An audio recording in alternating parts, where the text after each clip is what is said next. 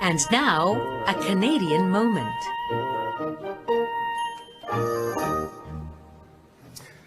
Well, Sam, what do you think about Marty McSorley getting suspended for whacking that other hockey player on the head with his stick? Well, that was a nasty piece of business, Al. Yeah. But McSorley did say it was all a case of mistaken identity. He thought he was attacking the guy who was responsible for raising gas prices. I saw him apologize on the news. McSorley sincerely said he was very sorry and would never do it again, unless someone else really pisses him off. Hi, guys. Vera, Charlie, we were just talking about Marty McSorley. If you ask me, there's no place for senseless violence in the NHL. That kind of action should be confined to the police. So what do you make of the new NDP premier in BC, Ujjal Dosanjh? Well, I was shocked. Why? Well, he could be the first BC premier in 10 years who doesn't have a criminal record. I think Ujjal must be very excited. How so, Al? Well, look at all the hard work he's done. First, he was Minister for Multiculturalism, then Attorney General, and now, he's won the right to lose the next provincial election by a landslide. I see that presidential candidate, John McCain, beat George W. Bush in the Michigan and Arizona primaries. I guarantee McCain would do even better in Canada. Well, because of his hard-working, down-to-earth approach to politics. No, because he's named after a French fry.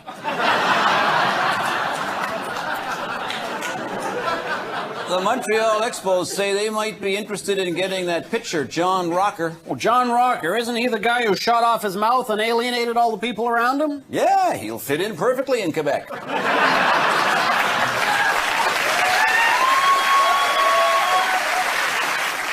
isn't that outrageous? A teacher in BC went and taped the head of a student who misbehaved to a desk. Well, they should try that with students in Toronto.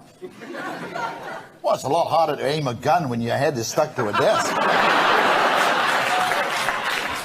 What do you think of the government eliminating the $1,000 bill to stop money laundering? I don't know what the government is washing their clothes. At my laundromat, the machines only take loonies and quarters. So how many $1,000 bills are out in circulation? Well, $3.8 billion worth. Whew. How in the world is Ottawa going to get rid of that much money? Okay, dumb question. Well, the Royal Bank said Canada's economy is sliding towards ruin. Can anything be done about it? Sure, switch to the TD Bank.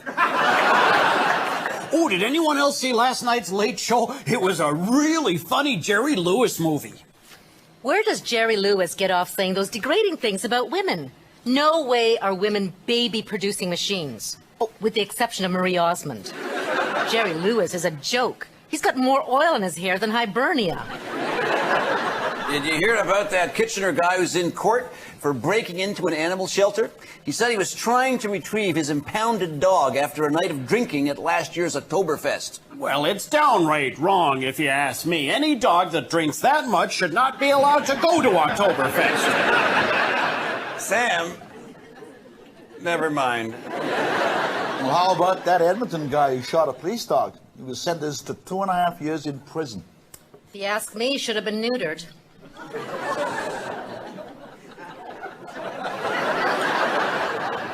The Edmonton guy? Jerry Lewis. Hey, can you believe that huge trucker protest we've been having the last few days? Hundreds of them got together to drive slowly and tie up highway traffic. Were they successful? Well, not really. By the time the protest was over, gas prices had gone up again and they couldn't afford to drive home. One of the royal family cooks was fired for saying it'd be easy to poison the Queen. That's what English cooking is for. You got that right. You betcha. Tell me about it. Oh, yeah. Oh, yeah. Oh, yeah. A little Regina shot. This has been a Canadian moment. Tell me about it.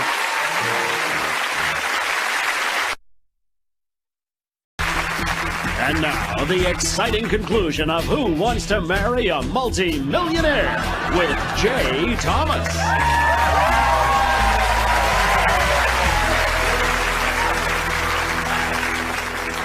Well, our secret multimillionaire has narrowed our 4,000 contestants down to 5 finalists.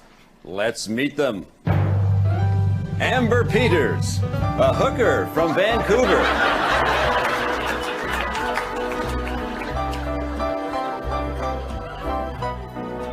Crystal Watson, a singer-songwriter hooker from Winnipeg.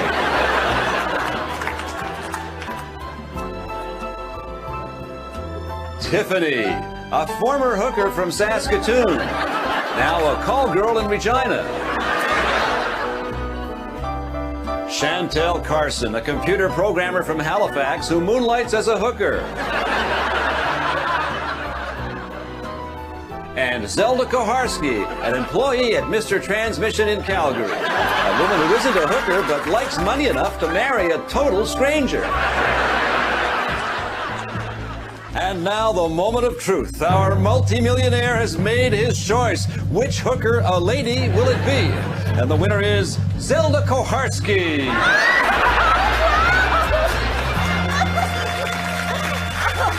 It's a thrill to be chosen by a rich, handsome man of the world.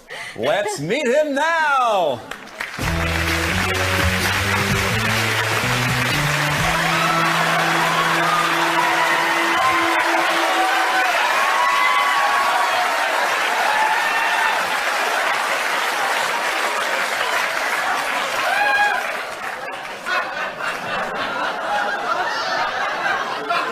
I'm Mike from Canmore.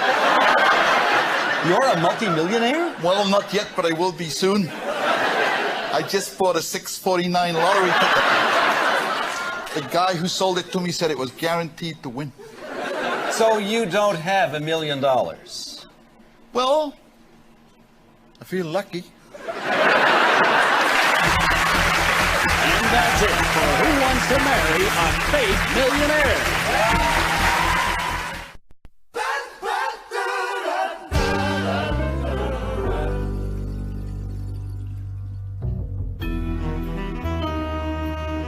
I'm an Ottawa private eye.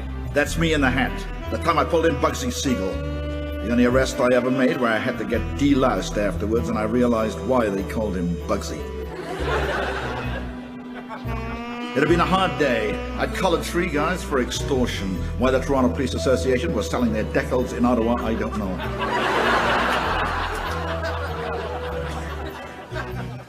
I was about to go over the case of Siamese twins suing for separation when it happened.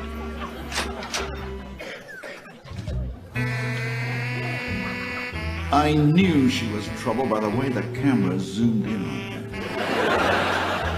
Are you a private dick? No, I work for anyone. She moved like she was on rollers.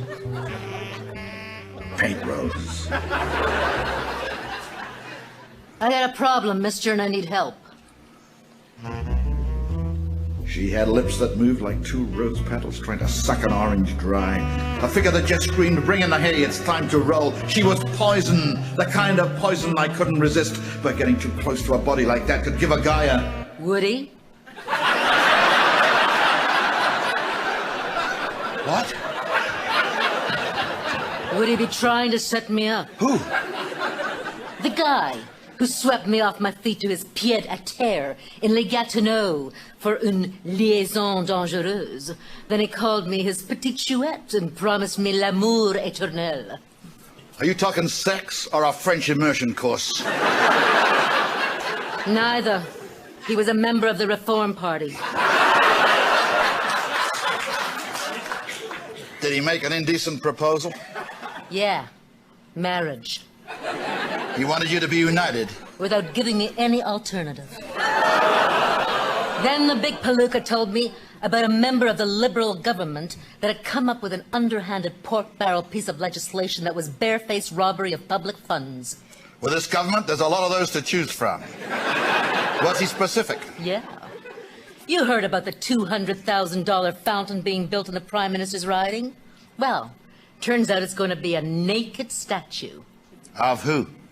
The Prime Minister.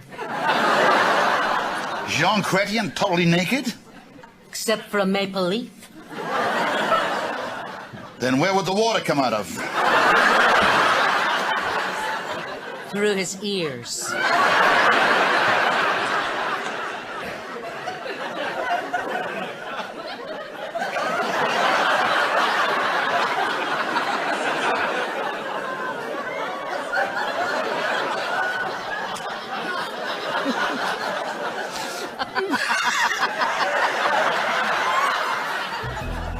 easy being a dick in Ottawa, but it sure beats being one in Shawinigan.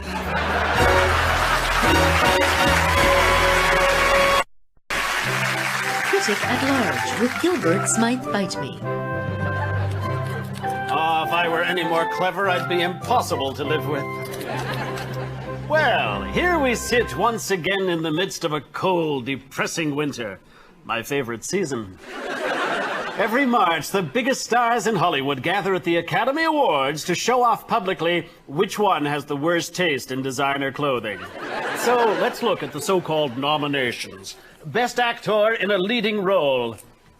Russell Crowe in The Insider. Russell, 2 words, acting class. Look into it.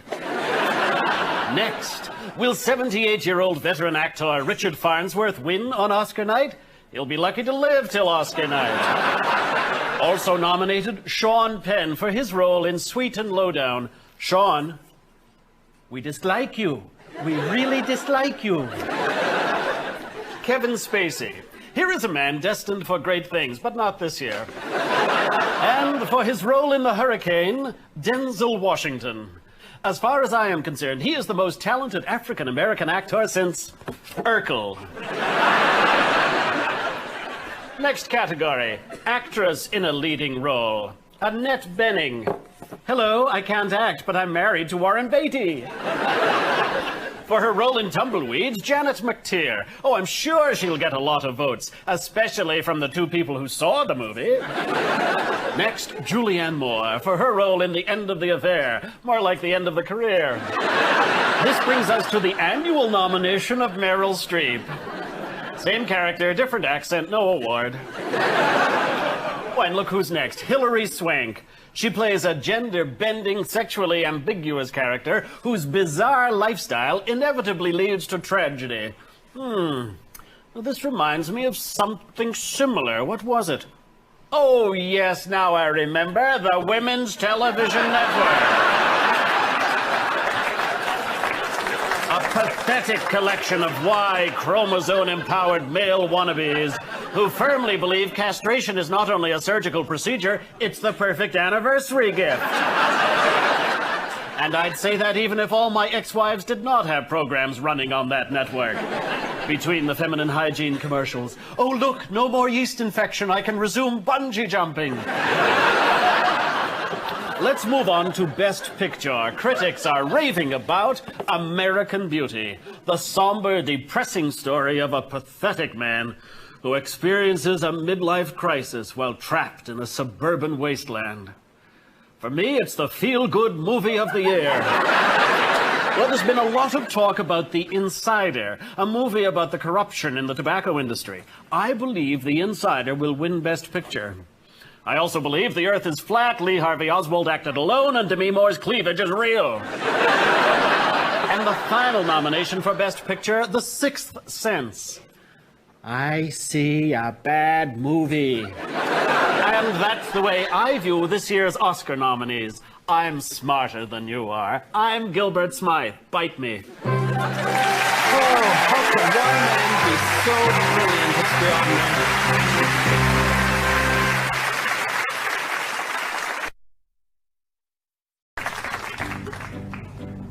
My hat's pink. My curling shoes are pink. My cell phone's pink. My leather thong is pink. My name's Stubby Johnson, and I make ice. Well, I flood the ice. Then I go to Tim Hortons. Then I come back, flood the ice. Then I go back to Tim Hortons. Then I come back, flood the ice, then go back to Tim Hortons. Back to flood the ice. Back to Tim Hortons, order a large double-double, then flood the ice twice. Stubby's ice is by far the best ice in Canada, probably in the world. It's almost like you put something extra in it. Then I go back to Tim Hortons, get a coffee, then come back, flood the ice. Then back to Tim Hortons, then flood the ice. I go back and forth all day long. Go to Tim Hortons, then flood the ice. Back to Tim Hortons, flood the ice. Get a coffee, then flood the ice. Get a coffee, flood the ice. Flood the ice. Flood the ice. Flood the ice. Flood the ice. Tim Hortons, coffee you can curl on.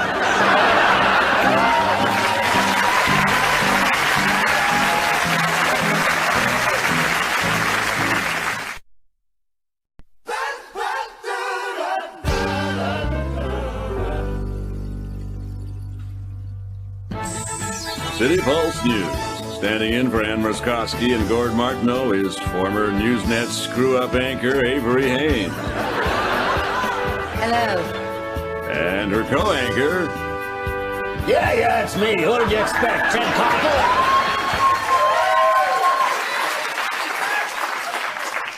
Good evening. It wasn't until you came along. Now, you may remember me as the Newsnet anchor whose disparaging comments on minorities accidentally went out on the air. You might say I put my foot in my mouth. Hey, I got something else you can put in your mouth. My cigar. There was another high-speed car chase today. Ultimately, police were unable to catch the driver, who was neither black, disabled, Asian, lesbian, or a stutterer. Sounds like my last girlfriend. Hey, Avery, Frankenstein called. His bride wants her hair back.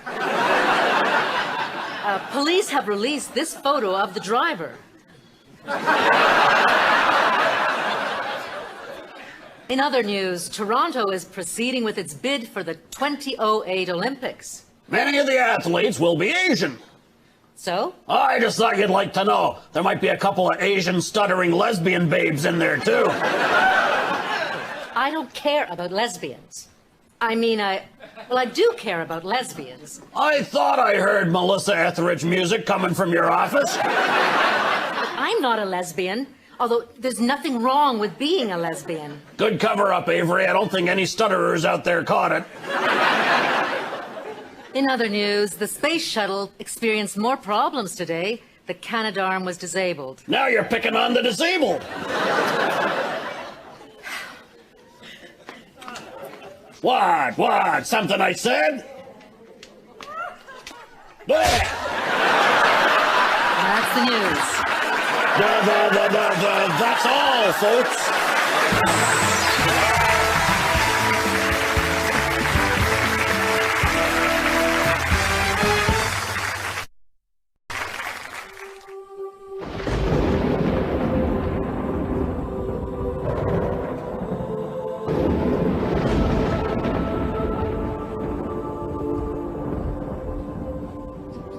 And lo, it came to pass that the trader by the name of Abraham Com did take unto himself a young wife by the name of Dot. And Dot Com was a comely woman, broad of shoulder and long of leg. Indeed, she had been called Amazon.com. And she said unto Abraham, her husband, Why doth thou travel far from town to town with thy goods, when thou can trade without ever leaving thy tent?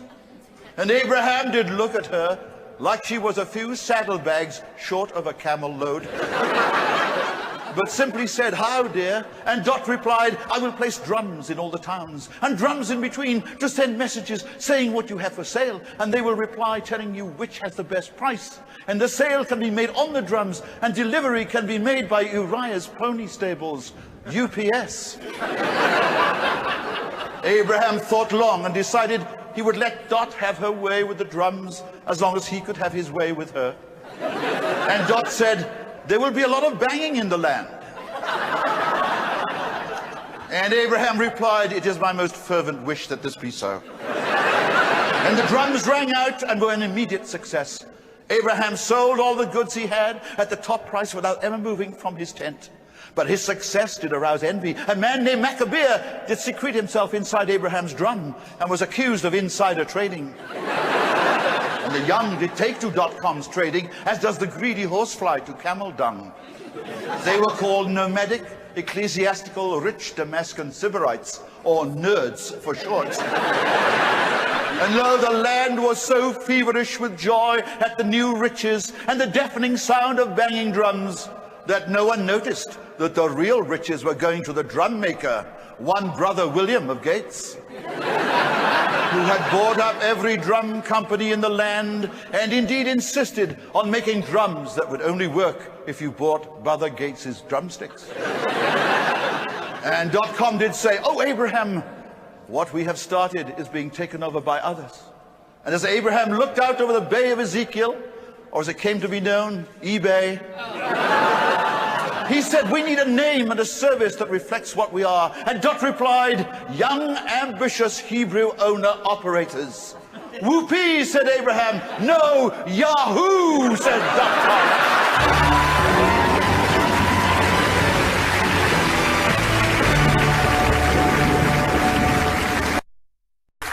I'm Christine, the gal who sells beds with mismatched mattresses and box springs. That business was so successful, I've branched out into a whole new area. Welcome to the opening of Oregon Country, Canada. Come on in and see our large variety of queen-size gallbladders for less than what you'd pay for a set of silk bed sheets. Need a new pancreas? We've got brand-name pancreases from Simmons, Sealy, and the Posturepedic twins.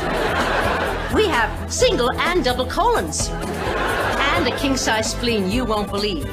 Although some of our organs are mismatched, there's nothing wrong with them technically. So if you need a double lung transplant and don't want to pay $1 million, we'll sell you a set of one lung and an appendix for $4.99. At that price, who cares if they don't match? So don't spend another sleepless night because of a lumpy liver. Come and see me, Christine, at Oregon Country.